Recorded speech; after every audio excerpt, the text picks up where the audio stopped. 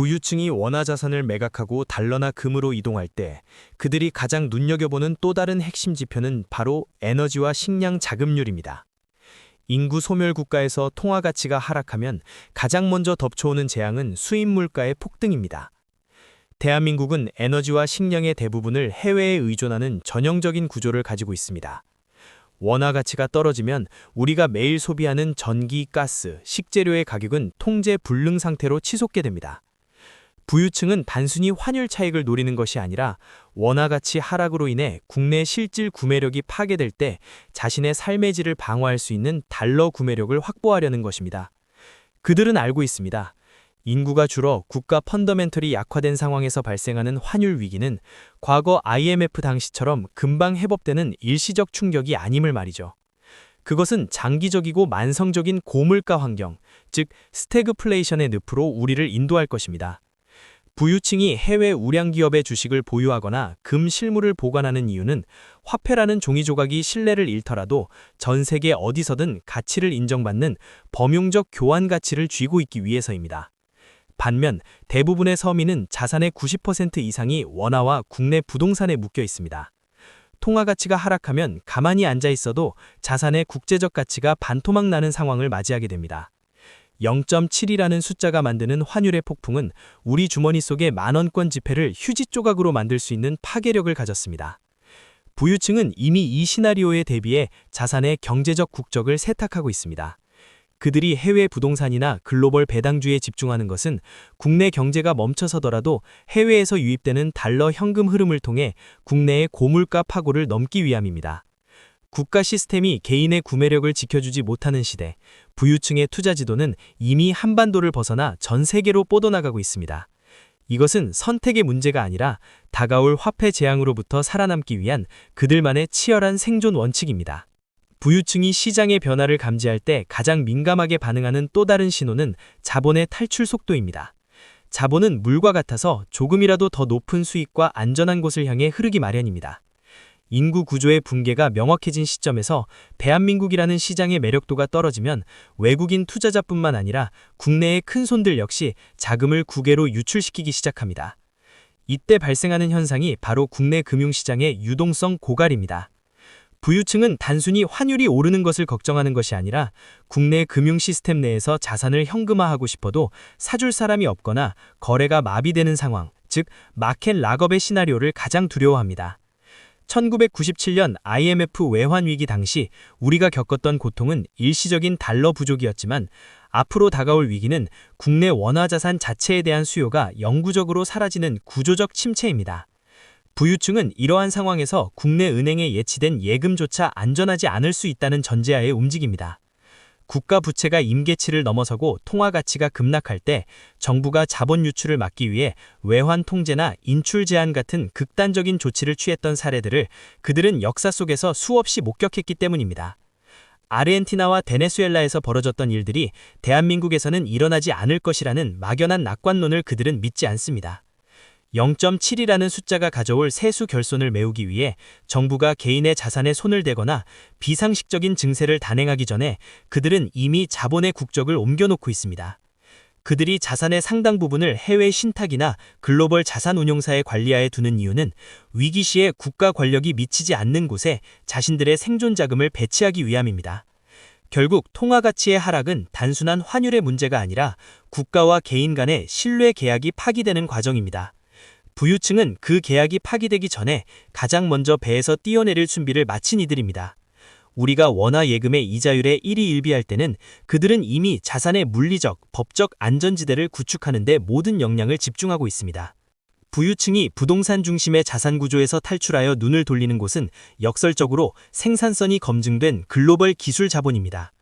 인구가 감소하는 국가에서 내수 기반의 기업들은 생존을 위해 몸부림치지만 국경 없는 디지털 영토를 점령한 글로벌 빅테크 기업들은 인구 구조의 제약으로부터 상대적으로 자유롭습니다. 부유층은 원화 가치가 하락하고 국내 소비 시장이 위축될수록 전 세계인의 시간을 점유하고 달러로 결제되는 강력한 플랫폼 기업의 지분을 확보하는 데 주력합니다. 이는 단순히 주식 투자를 넘어 자신의 자산을 인구 절벽의 영향권 밖으로 탈출시키는 고도의 전략입니다. 그들은 알고 있습니다. 한국의 아파트 한 채를 보유하는 것보다 전 세계 인공지능 시장을 주도하거나 필수적인 반도체 생태계를 장악한 기업의 주주가 되는 것이 통화 가치 하락기에 훨씬 더 강력한 구매력을 보존해준다는 사실을 말이죠. 0.7이라는 숫자가 국내 제조업의 인력난을 심과시키고 비용을 높일 때 부유층은 오히려 그 비용 상승을 기술로 극복하며 전 세계를 무대로 이익을 창출하는 자본에 올라탑니다. 그들이 해외 배당주에 집착하는 이유도 이와 괴를 같습니다. 국내 기업들이 인구 전야와 저정장의 늪에 빠져 배당 여력이 줄어들 때 글로벌 우량 기업들은 달러로 꾸준한 현금 흐름을 제공합니다. 이 달러 배당금은 국내 물가가 폭등하고 원화 가치가 떨어지는 상황에서 부유층의 생활 수준을 유지해주는 강력한 경제적 방어막이 됩니다. 결국 부유층의 생존 전략은 자산의 입지를 지리적 경계에서 기술적, 경제적 혜자가 있는 곳으로 옮기는 것입니다. 우리가 동네 부동산 시세에 1위 1비할 때는 그들은 이미 전 세계의 부가 모여드는 핵심 통로에 말뚝을 받고 있습니다.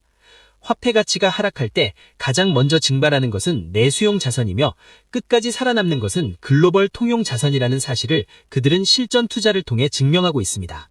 부유층이 자산의 국적을 옮기며 가장 경계하는 현상은 바로 연금 시스템의 고갈과 세대 간의 약탈적 주조입니다.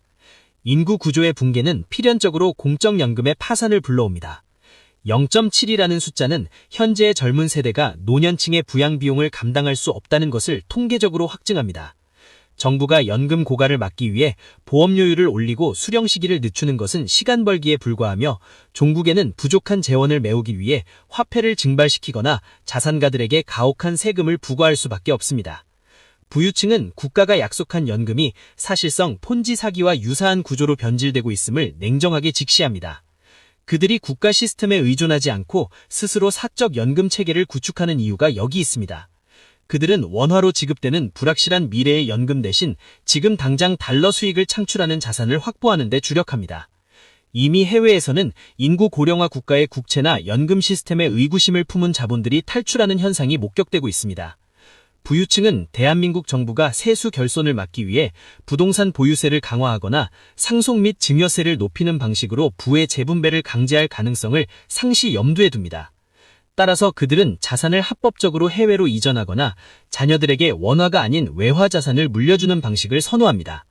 이것은 단순히 세금을 아끼려는 차원을 넘어 국가라는 울타리가 더 이상 개인의 재산권을 완벽하게 보호해주지 못할 때를 대비한 자산의 분산 배치입니다. 0.72의 저주는 단순히 출산율의 문제가 아니라 우리가 맺어온 사회적 계약들이 하나둘씩 파기되는 과정입니다. 부유층은 그 파기를 기다리지 않고 스스로 자신만의 경제적 영토를 구축하고 있습니다.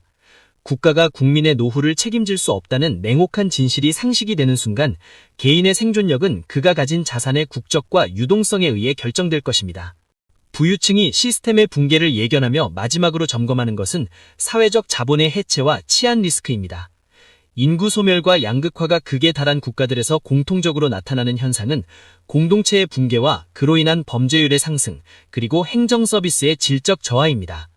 그리스나 아르헨티나의 사례에서 보듯 경제적 기반이 무너진 사회는 더 이상 개인의 안전과 재산을 온전히 보호해주지 못합니다. 0.7이라는 숫자가 고착화되어 지방지자체들이 파산하고 경찰이나 소방 같은 공공서비스의 예산이 삭감되기 시작하면 자산가들은 물리적인 거주지부터 옮기기 시작합니다. 그들이 서울의 특정 핵심 입지나 요새화된 고급 커뮤니티에 집착하는 이유는 단순히 과실을 위함이 아닙니다. 국가 전체의 시스템이 느슨해질 때 최소한의 행정 인프라와 보안이 유지될 수 있는 마지막 보루를 확보하려는 생존 본능입니다. 그들은 알고 있습니다.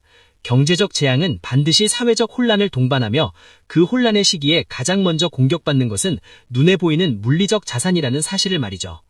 자산가들 사이에서 최근 골든 비자나 해외 거주권을 취득하는 움직임이 느는 것도 이와 무관하지 않습니다. 대한민국이라는 시스템이 감당할 수 없는 수준의 부채와 인구 절벽으로 인해 사회적 갈등의 임계점을 넘어서는 순간 언제든 가족과 자산을 안전한 제3국으로 옮길 수 있는 탈출로를 확보해두는 것입니다. 이것은 단순한 이민이 아니라 국가 리스크를 분산하는 주거의 포트폴리오화입니다. 0.72의 저주가 불러올 종말은 단순히 통장의 숫자가 줄어드는 것에 그치지 않습니다. 우리가 당연하게 누려왔던 밤거리의 안전, 신속한 의료 서비스, 깨끗한 거리 같은 사회적 인프라가 비용 감당 불가능으로 서서히 마비되는 과정입니다. 부유층은 그 마비가 시작되기 전 이미 자신들만의 독립된 생존 생태계를 구축하고 있습니다. 국가가 개인을 지켜주지 못하는 시대, 부유층의 나침판은 이미 한반도 너머의 안전지대를 가리키고 있습니다. 부유층이 다가올 위기 앞에서 가장 냉정하게 판단하는 도구는 바로 금리라는 이름의 시간 가치입니다. 인구 감소가 고착화된 사회에서 저정장은 숙명이지만 역설적으로 금리는 우리가 예상치 못한 방향으로 튈 수 있습니다. 국가가 막대한 부채를 감당하기 위해 국채 발행을 남발하면 시장은 그 위험 프리미엄을 금리에 즉각 반영합니다. 부유층은 중앙은행이 인위적으로 금리를 낮추려 해도 시장의 실질 금리가 치솟는 금리 발작의 가능성을 항상 염두에 둡니다. 그들이 가급적 레버리지를 줄이고 현금성 자산을 확보하는 이유는 금리가 폭등하는 순간 모든 부채 자산이 거대한 덫으로 변한다는 것을 알기 때문입니다. 0.7이라는 숫자는 대한민국이라는 국가 전체의 담보 가치가 하락하고 있다는 것을 의미하며 담보 가치가 떨어지면